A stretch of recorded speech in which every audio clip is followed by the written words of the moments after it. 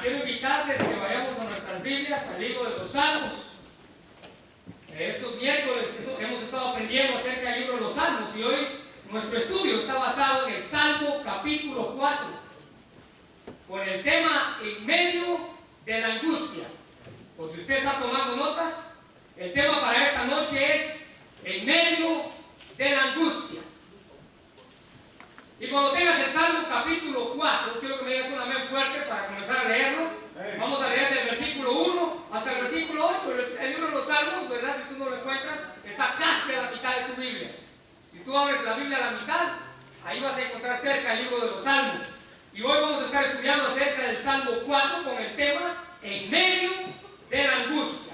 Muy bien, vamos a leerlo. Ustedes lo siguen con su vista. Yo lo leo en voz alta. Dice: respóndeme cuando clamo, oh Dios de mi justicia. Cuando estaba en angustia, tú me hiciste ensanchar. Ten misericordia de mí y oye mi oración. Hijos de los hombres, ¿hasta cuándo volveréis mi honra en infamia? Amaréis la vanidad y buscaréis la mentira. Sabed pues que Jehová ha escogido al piadoso para sí. Jehová oirá cuando yo a él clamare. Temblad y no pequéis. Meditad en vuestro corazón, estando en vuestra cama, y callad. Ofreced sacrificios de justicia y confiad en Jehová. Muchos son los que dicen: ¿quién nos mostrará el bien? Alza sobre nosotros, oh Jehová, la luz de tu rostro. Tú diste alegría a mi corazón, mayor que la de ellos cuando abundaba su grano y su mosto. En paz me acostaré y asimismo dormiré, porque solo tú, Jehová, me haces vivir confiado.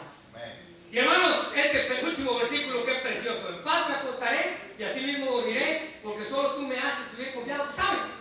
A ciencia cierta no se sabe cuál fue la situación que estaba viviendo el rey David cuando escribió este salmo. Algunos piensan que él lo escribió igual que el capítulo 3, ¿se recuerdan? La semana pasada aprendíamos que el Salmo capítulo 3 fue escrito cuando David huía, cuando le tocó enfrentar a su hijo Absalón. Su hijo Absalón no solamente quería su reino, sino él quería su cabeza. Y en esa huida, en ese tiempo que él estuvo fuera del palacio, ahí escribió el Salmo capítulo 3. Y muchos creen que el Salmo capítulo 4 también fue escrito en ese mismo tiempo. Muchos creen eso. Otros creen que este salmo fue escrito un poquito más temprano, cuando David comenzaba a tener roces con el rey Saúl. ¿Se recuerda? Cuando el rey Saúl quería matar a David.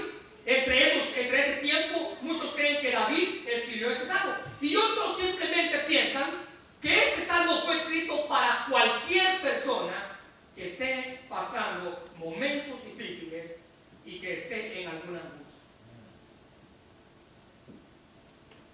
¿Cuántos de nosotros alguna vez hemos pasado una angustia? ¿Saben? A lo mejor ahorita estamos pasando tiempos difíciles.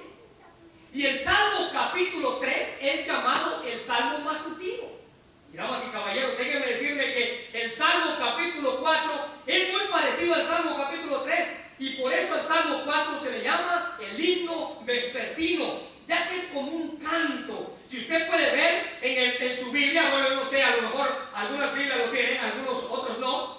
Al principio del capítulo 4 de los Salmos está escrito, dice: oración vespertina de confianza a Dios. Pero abajo hay una frase que dice: al músico principal sobre Nejinot. La palabra Nejinot significa música instrumental, significa acompañamiento musical, significa instrumentos de cuerdas. ¿Y sabe qué significa? Significa un poema al que se le ha puesto música. Así que este es un canto, es un himno, y muchos le denominan un himno vespertino. Y en el capítulo 3, David tenía temor físico. Él tenía temor que Absalón lo matara, él tenía temor que Absalón le hiciera daño, él tenía temor que Absalón se apoderara del reino y hiciera todo lo que él quisiera. Pero en el capítulo 4, queridos hermanos, David no es un temor físico el que tiene, sino es un temor de las calumnias y de la gente que habla y dice cosas malas de él. Y ese es el temor que David tiene. Y déjame decirte que en muchas ocasiones esto es más peligroso que un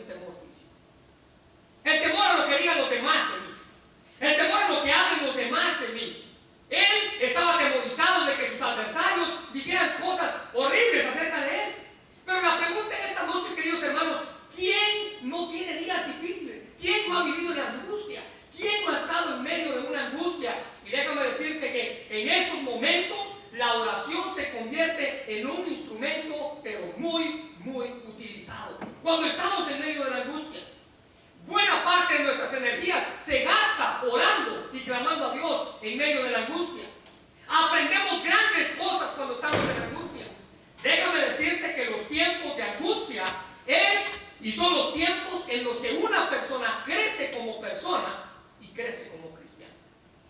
Aprendemos de los problemas, aprendemos de los tiempos difíciles.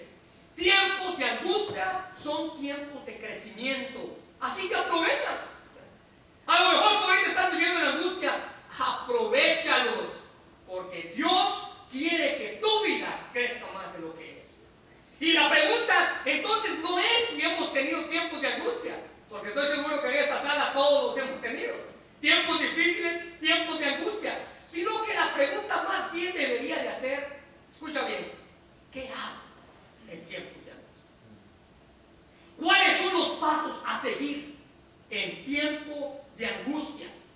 Queridos hermanos, el Salmo 4 es un modelo de oración pidiendo ayuda, y al analizarlo vamos a encontrar grandes verdades que nos dicen qué es lo que debemos de hacer en medio de la angustia. ¿Están listos para ello? Mira la primera verdad, la encontramos en el versículo 1 y el versículo 2.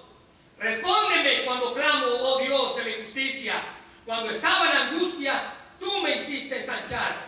Ten misericordia de mí y oye mi oración. Primera cosa que debemos hacer en medio de la angustia, apúntalo, clamar con sinceridad.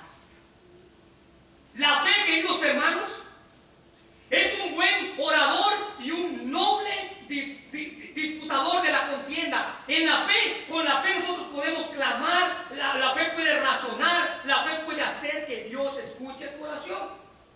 Hay una petición urgente aquí. Mira lo que dice el versículo 1. Respóndeme cuando clamo. Es una petición urgente. Literalmente David estaba diciendo, Señor, óyeme, óyeme. Nuestro Dios, queridos hermanos, no es un Dios ajeno a nuestras necesidades, a nuestros tiempos de angustia. Él nos responde, y en los salmos encontramos frases como, ten piedad de mí, escucha mi oración. Esas son frases que comúnmente se encuentran en los salmos. El salmista estaba convencido que lo que él tenía que hacer en medio de la angustia era clamar con sinceridad. El salmista espera que Dios oiga su oración, y el salmista también espera que Dios actúe cuando él está en medio de la angustia. Hermanos, la oración no es simplemente una solicitud. En medio de la angustia, la oración se convierte en el más precioso medio de comunicación que nosotros tenemos para con Dios. En medio de la angustia, David clama con sinceridad por una respuesta en medio de la angustia, por misericordia. Él reconocía que solamente Dios tenía control de sus problemas. ¿Sabes qué es lo que pasa hoy en día? Lo que pasa hoy en día es que las personas creen que las otras personas tienen el control de mis problemas. Yo puedo ir con cualquier persona a pedir y pedir y pedir, y yo creo que en ella está la solución a mis problemas. Déjame decirte que la solución a nuestra angustia está en Dios. Amén. Y el salmista aquí lo reconoce diciendo, respóndeme. Había un hombre, queridos hermanos, que había pedido a Dios dos cosas. Una, que le respondiese, y otra, que le hiciese justicia. Probablemente al igual que David. Y mira, Dios le concede las dos cosas a este hombre, y él le respondió y le dijo, si quieres que yo haga justicia con tus enemigos, primero tengo que hacer justicia contigo mismo. David estaba reconociendo que solamente Dios tenía el poder en medio de su angustia. Mira la segunda verdad que podemos aprender en esta noche. La encontramos en el versículo 2 y 3. Hijos de los hombres, ¿hasta cuándo volveréis mi honra en infamia? Amaréis la vanidad y buscaréis la mentira. Sabed pues que Jehová ha escogido al piadoso para sí. Jehová oirá cuando yo a él clamare. Mira lo que dice el versículo 6. Muchos son los que dicen, ¿quién nos mostrará el bien? La segunda cosa, la segunda verdad que encontramos en este pasaje, en medio de la angustia, es proclamar a Dios en medio de la angustia. Clamar con sinceridad en medio de la angustia segunda cosa, proclamar a Dios en medio de la angustia. Hermanos, no estamos solos en medio de dificultades. Dios ha prometido estar con nosotros. Dice la Biblia que Él va como poderoso guerrero delante de nosotros. Él sabe de qué cosas estamos padeciendo y nunca debemos pensar, como comúnmente pensamos cuando estamos en problemas, que Dios ya se olvidó de nosotros. Piensa, ¿cuántas veces tú has estado en problemas y has dicho, es que Dios ya se olvidó de mí? Dios me ha tenido en un lado. Dios ya se olvidó de mí. Pero hermanos, así como Dios está con nosotros en medio de problemas, déjame decirte que también hay gente a nuestro alrededor en medio de problemas. Y nunca nosotros estamos solos en medio de dificultades. Siempre tenemos cerca a alguien. Y ese alguien que está cerca de nosotros está cerca, mira, fíjate bien en esto, para animarnos o para desalentarnos. ¿Se han dado cuenta de eso? Hay gente que está a nuestro alrededor, unos nos anima, unos desalienta. La gente está a nuestro alrededor, también puede animarnos o deprimirnos. La gente que está a nuestro alrededor puede levantarnos o puede apacharnos. Y David, lamentablemente en esta situación, se había rodeado de dos clases de personas, que lo único que estaban haciendo era apachándolo ahorita que él estaba en medio de la angustia. La primera clase de personas son los que no ayudan. ¿No has escuchado un dicho que dice que más ayuda que no estorba? ¿Lo has escuchado alguna vez? De esa clase de personas estaba rodeando David. Mira lo que dice el versículo 2. Hijos de los hombres, ¿hasta cuándo? ¿Hasta cuándo volveréis mi honra en infamia? Amaréis la vanidad y buscaréis la mentira. Esta clase de personas son las personas indiferentes. Son las personas que viven de la apariencia, son los que se enojan y destruyen cuando una persona está en medio de la angustia. Y uno de los ejemplos más claros que tenemos en esto es la esposa de Job. Cuando Job estaba en angustia, cuando Job estaba pasando por una situación difícil, ¿cuáles fueron las palabras de su querida esposa? Maldice a Dios y muere. Y saben, esta clase de personas está a nuestro alrededor cuando estamos en problemas. Los que no ayudan. Estos eran hombres poderosos a los cuales David les estaba hablando. Eran hombres influyentes. Pero fíjate, eran hombres poderosos, influyentes, altos cargos en la nación. Y parece que esta clase de gente se había olvidado de Dios. Dice el versículo 2, ¿hasta cuándo volveréis mi honra en infamia? Amaréis la vanidad y buscaréis la mentira. Esta gente se había alejado de Dios, pero yo quiero que notes algo. A pesar de que eran hombres influyentes, hombres poderosos, David no les dice señores, ni tampoco les llama excelentísimos. Él les dice hijos de hombres. Él los pone en el lugar donde esa gente tiene que estar. Y esta clase de personas, queridos hermanos, son las que no ayudan. Es la clase de personas indiferentes. Mira la segunda clase de personas que David se topa. Versículo 6. Los que deprimen. Están los que no ayudan y están los que deprimen. Mira el versículo 6. Muchos son los que dicen, ¿quién nos mostrará el bien? Estos, aunque se preocupan por lo que está pasando, pero sin embargo no alientan, no animan. Ellos nos deprimen porque han perdido la esperanza y creen que los problemas van a durar para siempre. Esta gente es la que se pregunta, ¿dónde está Dios ahorita que estoy necesitando? ¿Dónde está tu Dios ahorita que tú estás en angustia? ¿Alguna vez te lo han dicho a ti? A ver, ¿dónde está Dios ahorita que tú estás necesitando? Esta clase de personas, David la describe como los que deprimen. Los que deprimen. Y a esta clase de personas, queridos hermanos, estaban rodeando a David en medio de su angustia. Pero en medio de la angustia, David termina el versículo 3 diciendo, Jehová oirá cuando yo a él clamar. Debemos proclamar a Dios en medio de la angustia. Debemos levantar bandera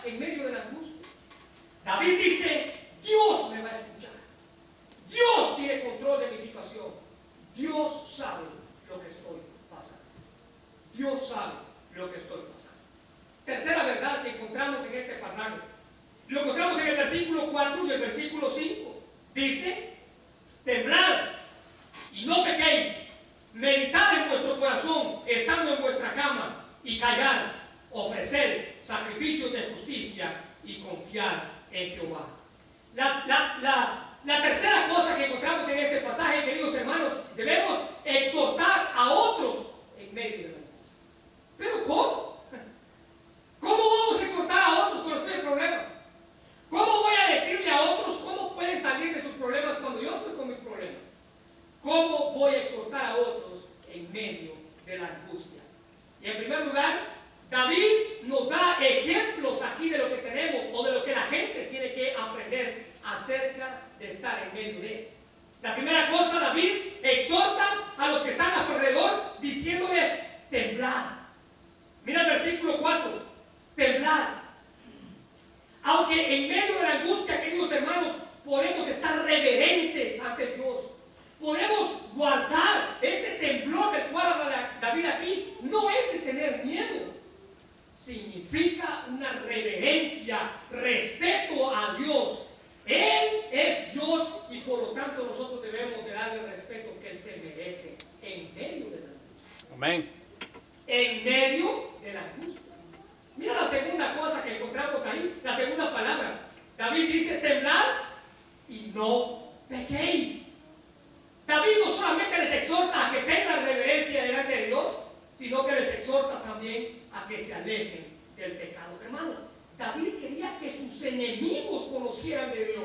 Amén. Escucha bien esto. David está hablando aquí a sus enemigos.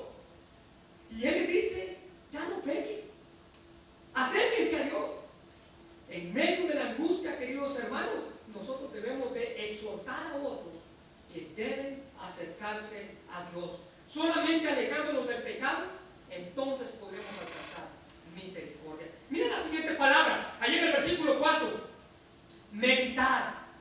David les exhorta a que tiemblen, David les exhorta a que no pequen, David les exhorta a que mediten.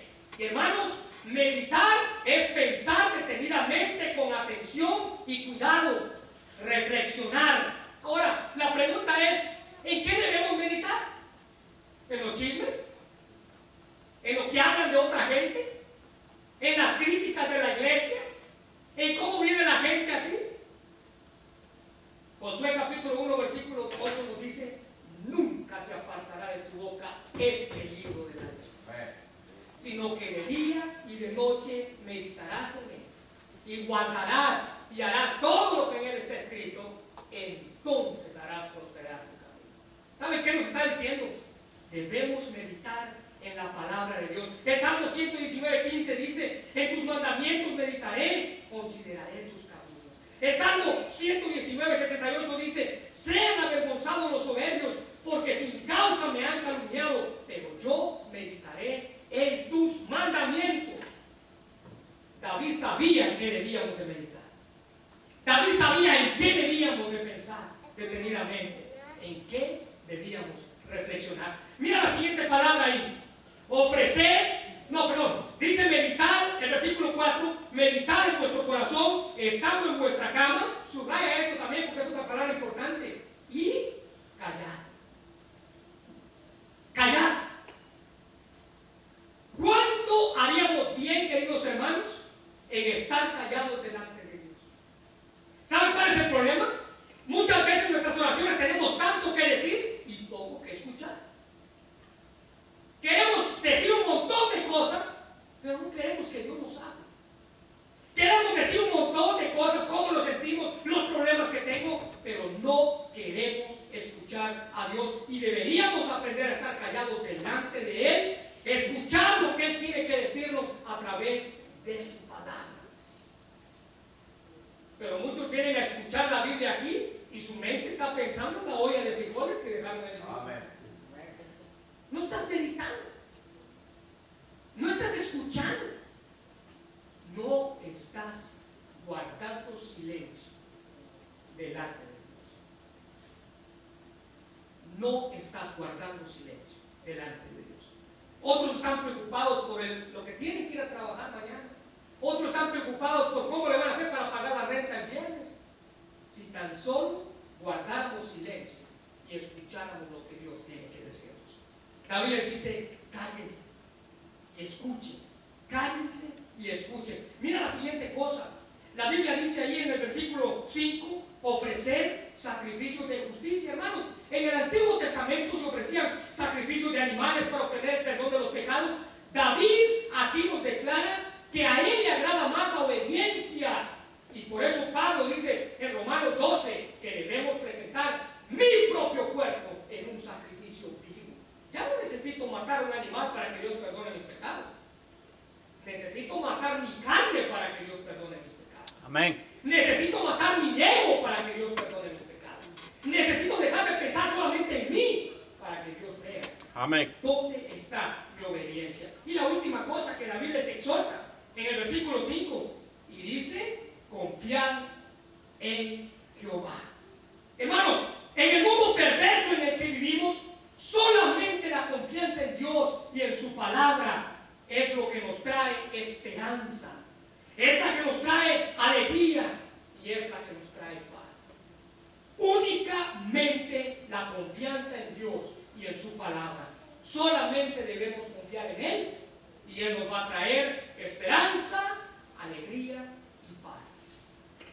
La cuarta verdad, queridos hermanos, que quiero dejar en sus corazones en esta noche, la encontramos en el versículo 7 y 8.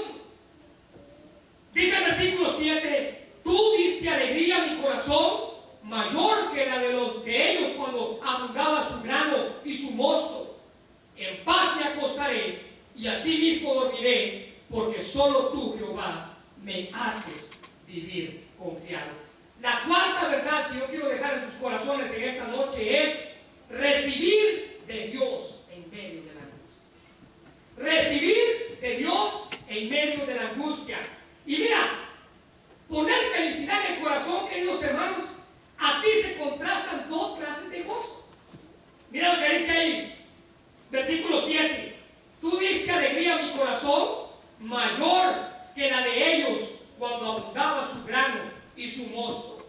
Hay una alegría, queridos hermanos, que está dentro de nosotros, que solamente Dios puede poner. Hay una alegría, déjame describirla de esta manera. ¿No te has dado cuenta que alguna vez estás en problemas y estás tranquilo? ¿Hay paz en tu corazón?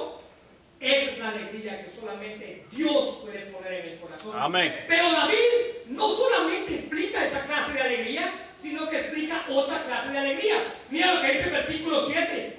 Mayor que la de ellos cuando abundaba su grano y su mosto. ¿Sabes a qué se refiere esto? Cuando habla de su grano, se refiere a lo material. Hay una alegría que las cosas materiales te traen. Pero déjame decirte algo. Es pasajera. Amén. Esa alegría es pasajera.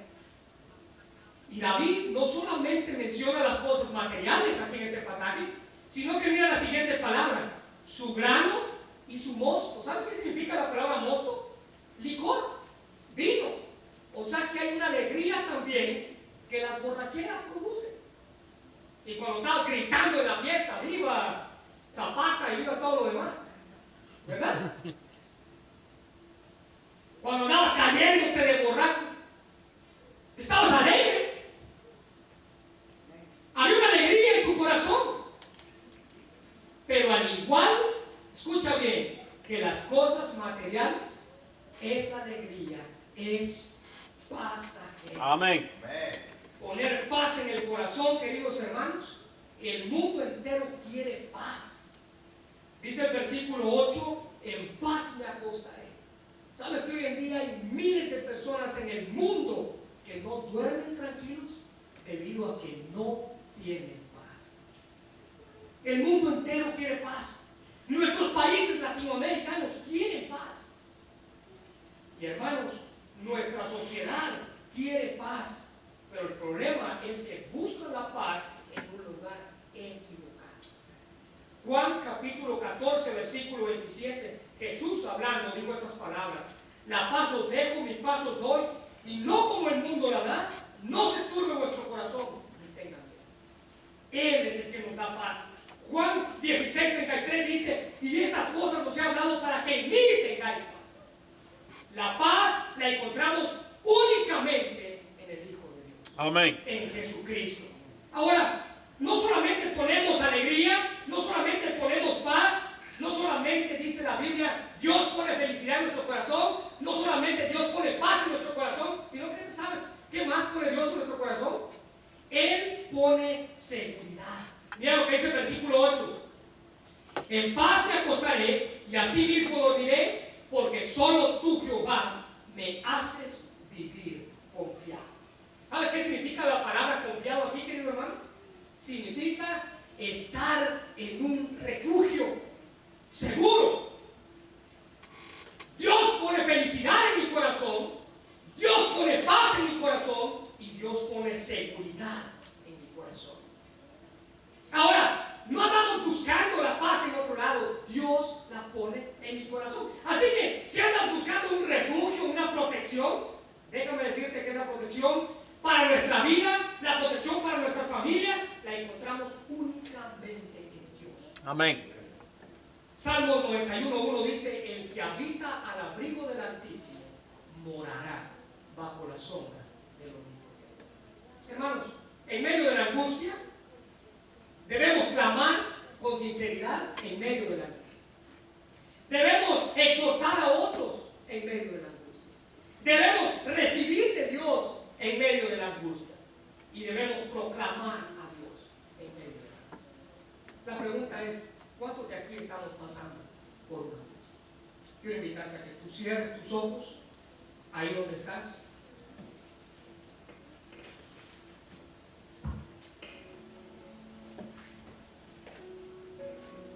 Y este tiempo, queridos hermanos, es para meditar. Así que guarda silencio y piensa en